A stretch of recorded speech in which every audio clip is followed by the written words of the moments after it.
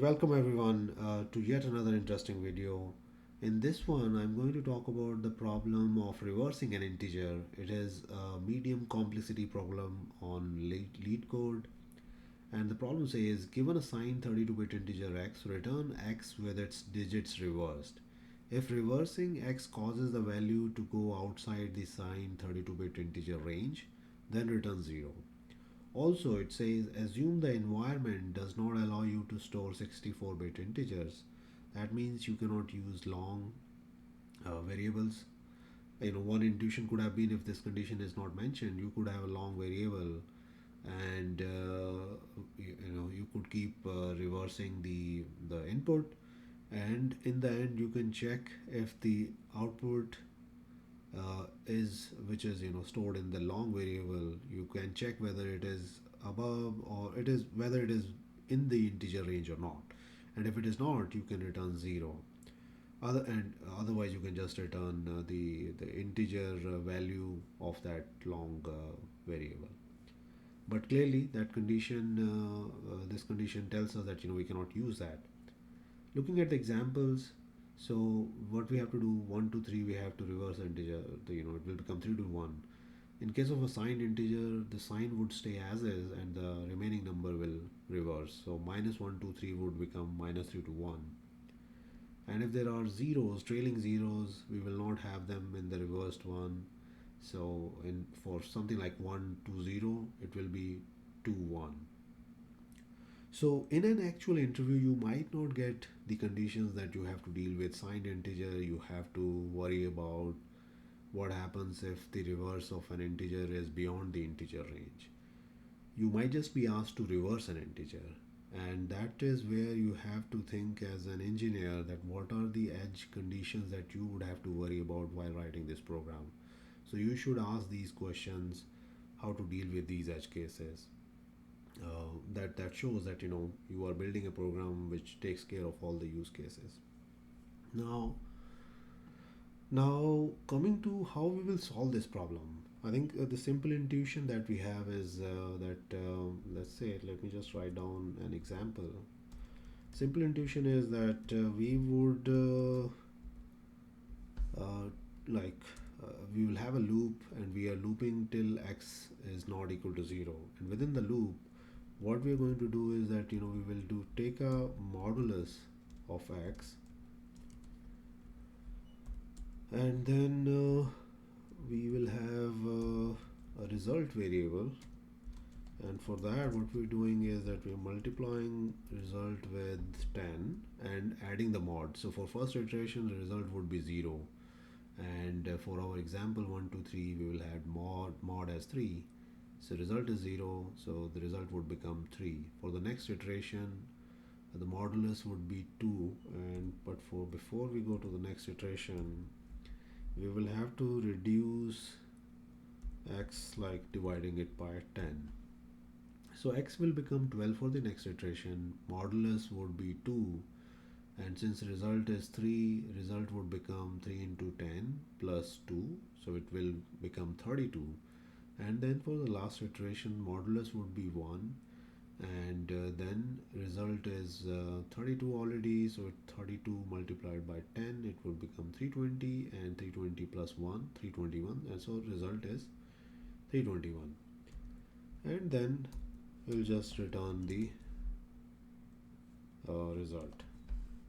Now the interesting part, which is if result is going to go beyond integer range, then we're gonna return 0. Now how would we solve for this particular condition? To understand that, let's see what is the integer max range. So integer max range is 214,748,3647.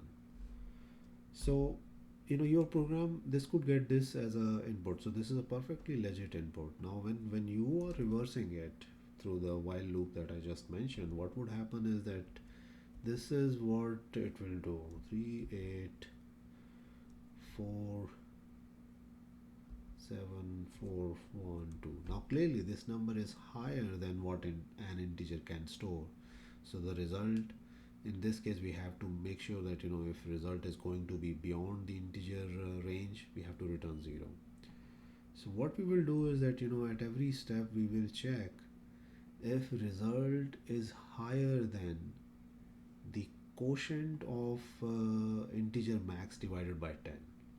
So like in this case, so this is the like right when we are about to add 2 to the result, we have this number. Now this number is greater than the quotient value if we divide integer max by 10. So this tells us that if we add 2 to the number, the result would be higher than the integer range, and in this case we should be returning 0.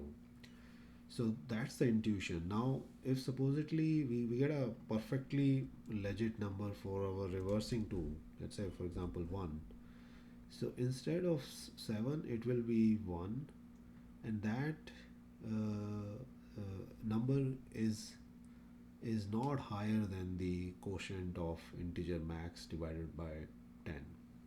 So that tells us that how we can check, and at the same time how we can make sure that we are perfectly reversing the legit integer values that the program should reverse and send it back. Similarly, we would also check for the negative side of the integer range. We want to make sure that the result is not less than the quotient value of integer min range, min value with 10 as a dividing factor. So that's the condition that we will write to our program. Now let's write the actual program. So we will have result, then we will have mod, and then the while loop.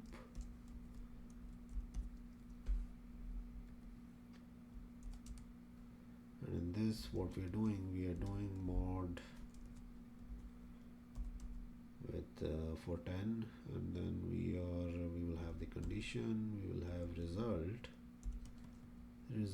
into 10 plus mod, and then we are doing x is equal to x divided by 10, and then we are returning result. So that's what we are doing. Now let's just run a couple of examples to see whether it works or not, and then we will worry about the integer problem.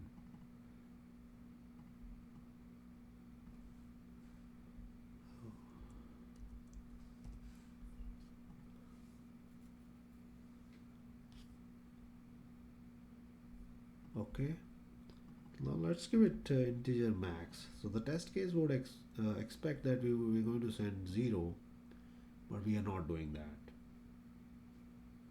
And you would see the reversing is also weird, because clearly the reverse of an integer cannot be stored in an integer, and whatever the the integer would make out of that big number, that's what the output is.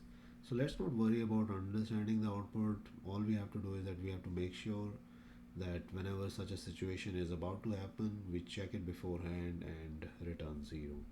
How we would do that? So I explained you the intuition. Now we're going to just put that into a condition.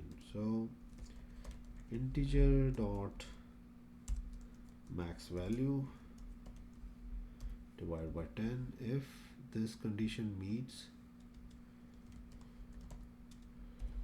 So now let's just run it for this particular situation.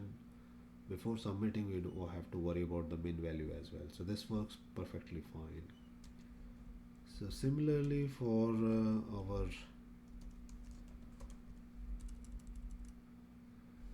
I think that's fine. So it should be less than the quotient of min value. So now we are all good.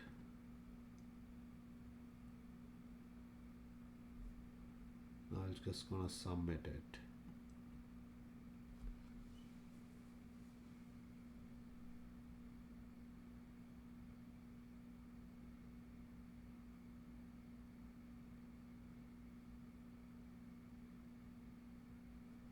Perfect. It took a lot of time while submit. I was worried. I know what was going to happen. Maybe it was just some internet issue or something like that.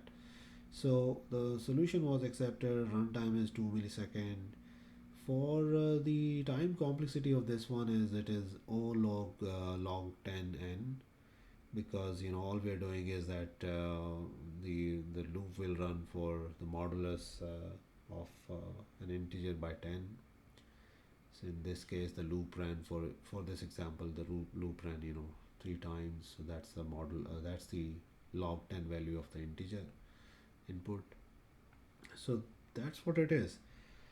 Yeah, it was an interesting problem, and it became more interesting with the conditions that we have to worry about. Let me know if you have any questions for me, and I would be very happy to answer your questions. Thank you.